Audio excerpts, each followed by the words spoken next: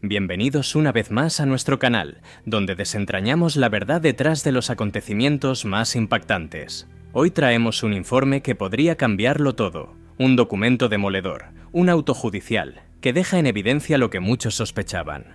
La red de corrupción y tráfico de influencias que se cierne sobre Pedro Sánchez y su círculo más cercano. La justicia avanza y el cerco se estrecha.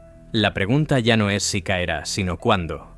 Hace apenas unas horas ha salido a la luz un auto de la jueza Beatriz Bizma, del Juzgado de Instrucción número 3 de Badajoz, acompañado de un informe de la UCO de casi 100 páginas. Un documento que no deja lugar a dudas sobre la gravedad de las acusaciones. En el centro de esta tormenta se encuentra David Sánchez, hermano del presidente del gobierno, quien se enfrenta a una imputación por delitos de tráfico de influencias y prevaricación. Pero lo más impactante no es solo su implicación, sino lo que este caso significa para el propio Pedro Sánchez. Esto nos recuerda inevitablemente al escándalo de Begoña Gómez, esposa del presidente, quien también está siendo investigada por múltiples delitos, incluido el de malversación de fondos públicos. La corrupción parece rodear al presidente del gobierno como una sombra cada vez más oscura y densa. Con cada nueva revelación, la situación se torna más insostenible y el margen de maniobra para Sánchez se reduce drásticamente.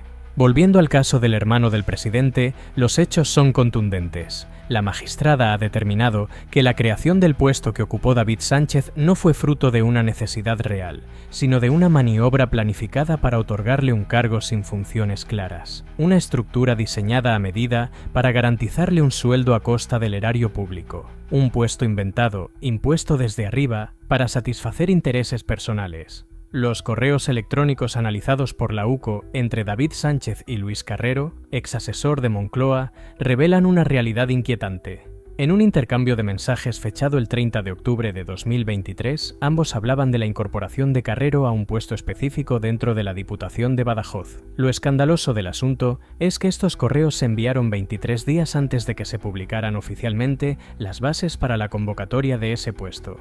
Es decir, antes de que la supuesta selección tuviera lugar, ya sabían quién sería el elegido.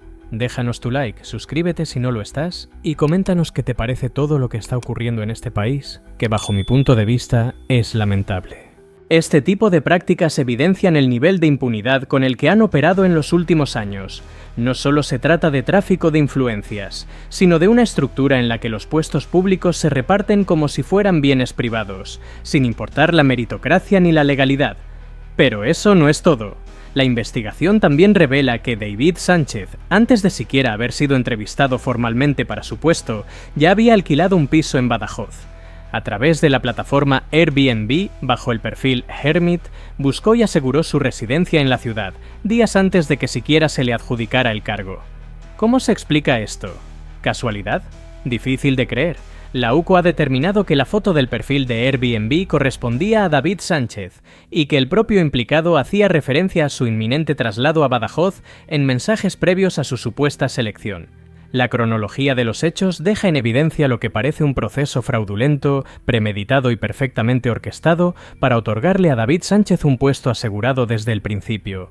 Y si esto ocurre con el hermano del presidente, ¿qué podemos esperar de su entorno más cercano? Begoña Gómez ya está bajo investigación y el 16 de abril está programada la declaración del ministro Félix Bolaños en el marco de este escándalo que parece no tener fin. La jueza ha determinado la apertura de una pieza separada en la causa de Begoña Gómez, en la que se investiga ahora un delito de malversación de fondos públicos. Cada paso de la justicia acerca más el foco de la investigación al propio Pedro Sánchez, y su margen de maniobra se reduce día a día.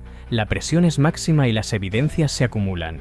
El caso de Ábalos, el hombre de confianza de Sánchez, imputado por presunta organización criminal, es otro eslabón en esta cadena de corrupción. El Tribunal Supremo ya le ha señalado y su caída es inminente. Pero lo más importante es lo que este caso implica. Si la mano derecha del presidente está implicada en una presunta organización criminal, ¿qué dice eso sobre el gobierno en su conjunto? ¿Podemos seguir creyendo que Sánchez es ajeno a todo esto? La realidad es innegable. Cada nuevo documento, cada nueva revelación, acerca más la posibilidad de una imputación directa contra el presidente del gobierno.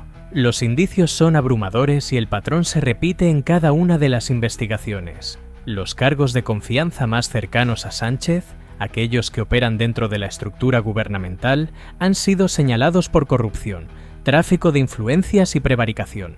Esto no es una simple coincidencia. La justicia es lenta, pero avanza, y cuando lo hace, es implacable. Y ahora la gran pregunta es, ¿cuánto tiempo más podrá Sánchez evitar su propia imputación? El terremoto político que se avecina no tiene precedentes. Las acusaciones contra el círculo íntimo del presidente han puesto a Moncloa en estado de máxima alerta. El Partido Popular y Vox han intensificado sus exigencias de explicaciones, y la oposición ya ha solicitado una comisión de investigación en el Congreso.